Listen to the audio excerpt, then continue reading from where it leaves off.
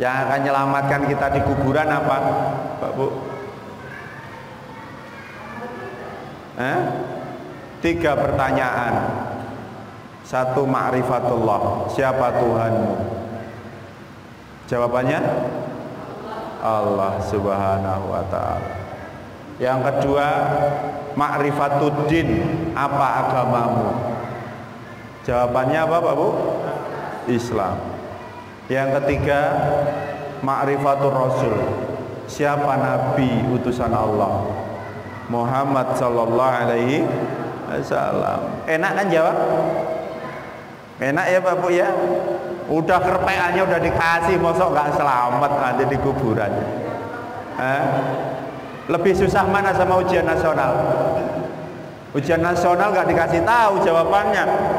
Ujian kubur sudah dikasih tahu, tapi kok ada yang nggak selamat Ustadz? Karena yang jawab bukan lisan bapak ibu, tapi yang jawab adalah ibu bapak kenal Allah enggak? Ibu bapak kenal Rasul enggak?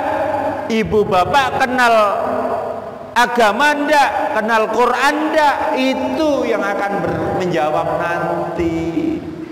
Kalau bapak ibu kenal Allah, kenal Rasul, kenal Quran, kenal Islam, ya sudah selamat. Kadang nggak ditanya di alam kubur itu.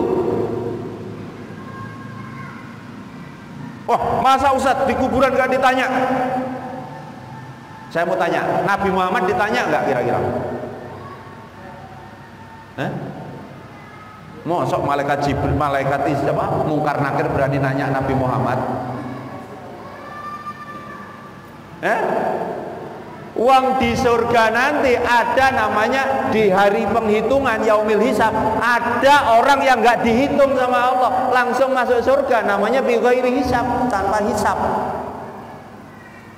Orang yang nggak dihisab sama Allah nanti di akhirat Pak, orang yang imannya tinggi, para nabi, para rasul, ya, kemudian para sahabat, auliaus sholihin, ini mereka banyak yang sama Allah nggak dihitung, apalagi cuman di kuburan, di barzakh. Ya malaikat, mohon maaf, malaikat kalah iman sama mereka. Wong mereka aja sama di yaumil hisab mereka nggak ditimbang kok, apalagi cuman di barzakh. Begitu. Makanya sampai ada ayat wala taqulu lima yuqtalu fisabilillahi amwat bal ahya. Kamu jangan mengira orang yang mati di jalan Allah itu mati, mereka hidup. Ya. Tapi kalau Bapak Ibu kayaknya pasti ditanya. Ya, kalau Bapak Ibu ditanya, makanya ngajinya yang sregep biar bisa jawab nanti. Ya. Nah, rahimnya Allah nanti di barzakh Bapak Ibu ada namanya naimul qabri, ada namanya nikmat kubur. Ya, kalau dalam tafsir Ibnu Katsir nanti ketika orang baru dikubur, ya, kemudian dia bangun, yang mati kan jasadnya, rohnya hidup. Hakikatnya itu nggak mati Pak, sebenarnya Pak. Hakikatnya itu nggak mati. Yang mati jasadnya membusuk habis, tapi rohnya mendapatkan kenikmatan di sisi Allah Subhanahu wa taala. Nah, kira-kira enak mati apa enak hidup? Bu, enak mati apa enak hidup? Ya?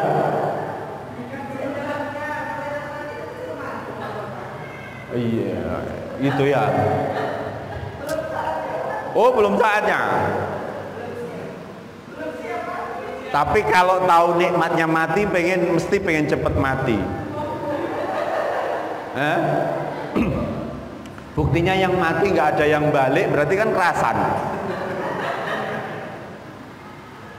Artinya gini loh Pak Bu, saya sering membuat gambaran takutnya seseorang akan kematian itu sama dengan takutnya dia dulu lahir ke dunia, dari rahim ibu ke dunia.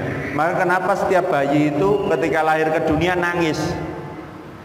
Karena dia takut Dulu di dalam rahim dia nggak kerja, nggak ngapa-ngapa, dapat makan santai. Tapi ketika nanti di dunia dia harus beraktivitas sana sini, takut tidak bisa, takut tidak beriman dan segala macam. Di dalam perut mereka beriman, Pak. Ketika Allah SWT katakan qalu bala syahidna itu, ya kan? Mereka mengucapkan qalu bala syahidna, ya. Nah, kemudian ketika di dunia mereka takut, maka kemudian nangis. Tapi ternyata ketika di dunia lebih nikmat, karena di dalam perut cuman mangannya plasenta. Kalau di dunia makan sate, makan terong, makan macam-macam gitu kan. Akhirnya kerasan di dunia. Makanya ketika dia di dunia suruh balik lagi ke perut ibu nggak ada yang mau. Ya kan? Nah, ketika kita mau meninggal dunia, sama ketakutan kita. Apa saya nanti di kuburan bisa enak, bisa baik? Maka bagi orang beriman, kematian itu adalah sesuatu yang dirindukan sebenarnya. Tapi nggak boleh terus bunuh diri, terus dongane njaluk mati, itu nggak boleh. Tapi kematian itu sesuatu yang dirindukan. Maka coba cek cerita-cerita para nabi, para rasul, para sahabat, betapa mereka menantikan kerinduannya untuk bertemu dengan Allah Subhanahu wa taala. Ada cerita Nabi Allah Ibrahim alaihissalam, Pak. Nabi Ibrahim itu cerita lucu, Pak, dalam kitab Tadhkirah Imam Al-Qurtubi. Hadis ini sahih insyaallah. Jadi malaikat Israel, malaikat maut itu menemui malaikat Ibrahim, menemui Nabi Ibrahim. Wahai Nabi Ibrahim, aku diutus oleh Allah untuk mencabut nyawamu hari ini. Apa jawaban Nabi Ibrahim? Masa ada kekasih kok mau mencabut nyawa kekasihnya? Nabi Ibrahim masih takut mati. Jadi jawab sama malaikat gitu. Ada nggak kekasih yang mau mencabut nyawa kekasihnya? Karena Nabi Ibrahim digelari Khalilullah, kekasih Allah. Ya malaikat kan ya, waduh, kan tidak bisa jawab pertanyaan Nabi Ibrahim. Naik dia ke langit, Pak, tanya sama Allah. Apa jawaban Allah? Sampaikan kepada Ibrahim, adakah seorang kekasih yang tidak ingin cepat bertemu kekasihnya? Adakah seorang kekasih yang tidak ingin cepat ketemu kekasihnya? Bahasanya, apakah ada orang sewes ngebut rabi, ya, kecuali ndang rabi, kan begitu. Akhirnya apa kata Nabi Ibrahim kepada malaikat? Wahai malaikat maut, sekarang juga cabut nyawaku sehingga aku bisa cepat bertemu dengan Allah Subhanahu wa taala. Jadi kematian itu jadi kerinduan, Bapak Ibu. Nah, itulah yang disebut dengan mereka memahami rahimnya Allah SWT. Apalagi kalau saya ceritakan bagaimana surganya Allah Subhanahu wa taala, yang itu adalah perwujudan rahimnya Allah Subhanahu wa taala, pasti semua orang akan rindu akan perjumpaan bertemu dengan Allah Subhanahu wa taala, ingin segera ya berada di taman-taman surganya Allah Subhanahu wa taala. Dan itulah orang yang beriman, ya.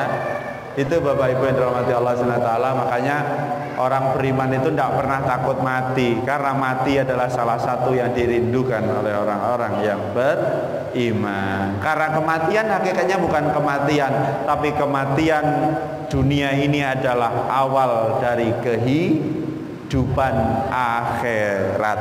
Nah, gitu. Itu saja mungkin yang bisa saya sampaikan. Wallahu a'lam bishawab. Subhanakallah bihamdika, la ilaha illa anta, astaghfiruka wa atubu ilaik. Assalamualaikum warahmatullahi wabarakatuh.